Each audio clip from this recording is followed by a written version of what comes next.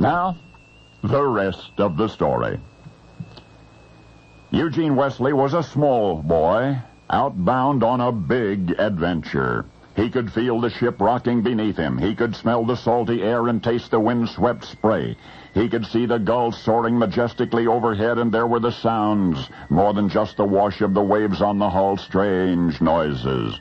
Perhaps the voices of surfacing sea monsters that had risen to inspect his vessel. But little Eugene had not gone to sea, nor had he even left home. For the oceanic expanse he sailed was his own backyard, and his mighty ship was a mere cardboard box. And yet for hours Eugene would sit in that box, charting exciting courses in his mind, so consumed by his own imagination that his parents began to worry. Pretending was one thing, they reasoned, but this was something different, more dangerous perhaps. And Eugene's mother, Caroline, began to blame herself.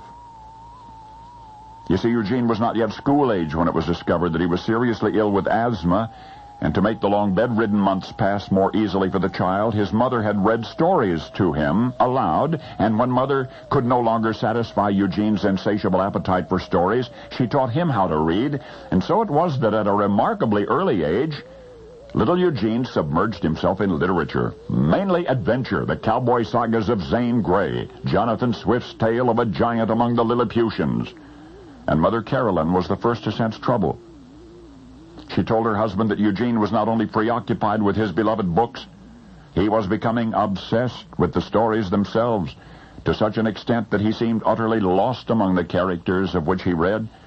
So lost, Mother said, that maybe someday Eugene would not return from the world which his imagination had created. Dad suggested it might help to have a talk with the boy. He tried, it didn't. And then to make matters worse, an outside influence, a man Eugene's parents had never met, a man whom they didn't even know existed, a real live person who lived over a neighbor's garage. That man began to visit with Eugene. After his long illness had passed, that man who described himself as an ex-con who had spent some time in jail said he was now trying to be good, and indeed it seemed that he was trying to be good, and he did become a friend to Eugene. The only aspect of their friendship, of which the boy's parents would certainly not have approved, was the storytelling.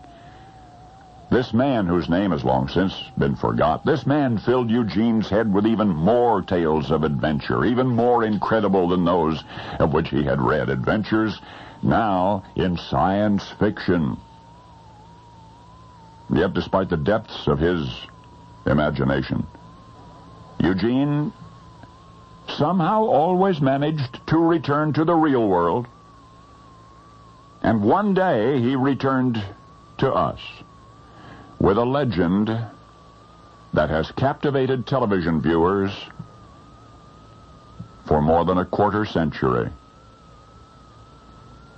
You may never meet Eugene Wesley Roddenberry, Gene Roddenberry, but now I hope that you will always envision a boy in a box, engulfed in the fantasy of an ocean voyage that never was, and yet who one day commanded the voyages of the Starship Enterprise to go boldly where no mind had ever gone before, and to create the unforgettable characters and the intriguing stories.